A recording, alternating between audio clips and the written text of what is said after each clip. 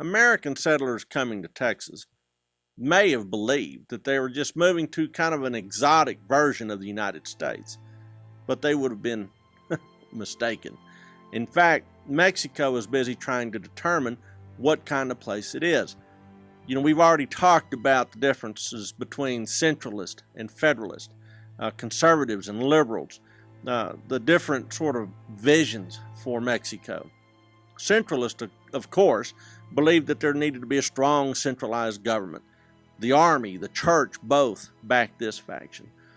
The Federalists, on the other hand, believed that power should be distributed to the various states, and that each of the states should be given wide latitude to determine laws and what would be good for their own citizens, because Mexico is a pretty big and very diverse place.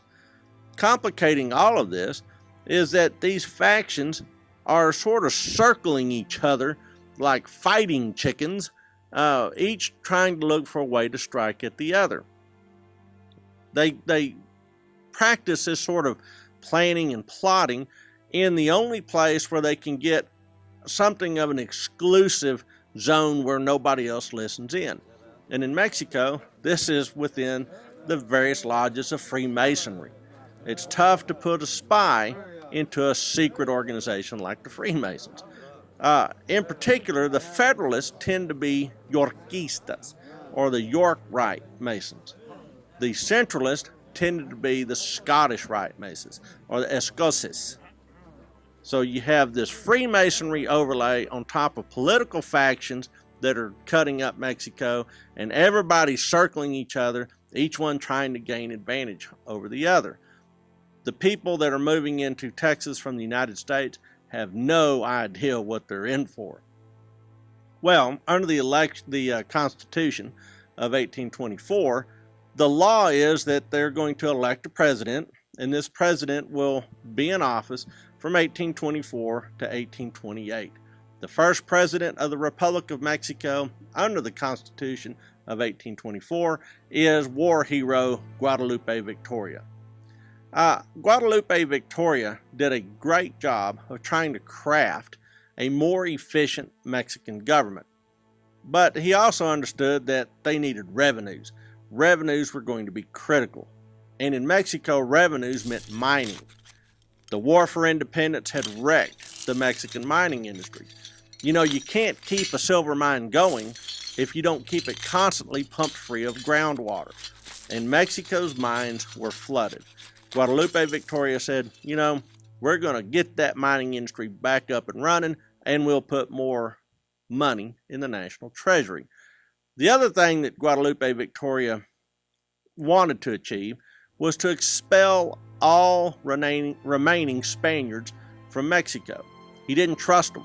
He knew that Spain would be back, that Spain would once again try to reassert control over Mexico, and to avoid that, all Spaniards should be thrown out of the country.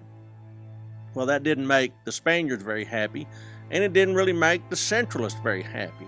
And under the Constitution of 1824, the person who had the most votes got to be president, and the person who came in second got to be vice president. It's a very similar circumstance to what we had in the United States.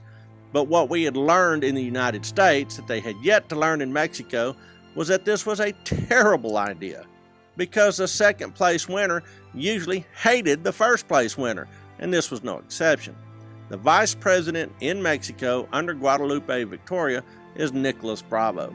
And Nicolas Bravo is a centralist, and he is secretly trying to undermine Guadalupe Victoria and his federalist vision. In 1827, Nicolas Bravo makes his move in what becomes known as the Revolution of Tulancingo. He tries to overthrow his own government, but he fails.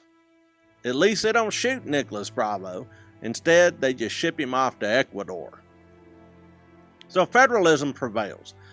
The problem with Mexican federalism is that there is so much diversity among the Mexican states that each one seems to be making it up on their own hook as they go. In fact, along the northern frontera in Coahuila in Texas, the attitude is if there is not something specifically prohibited, then it should be assumed that activity is allowed. So unless there's a law against it, we're for it.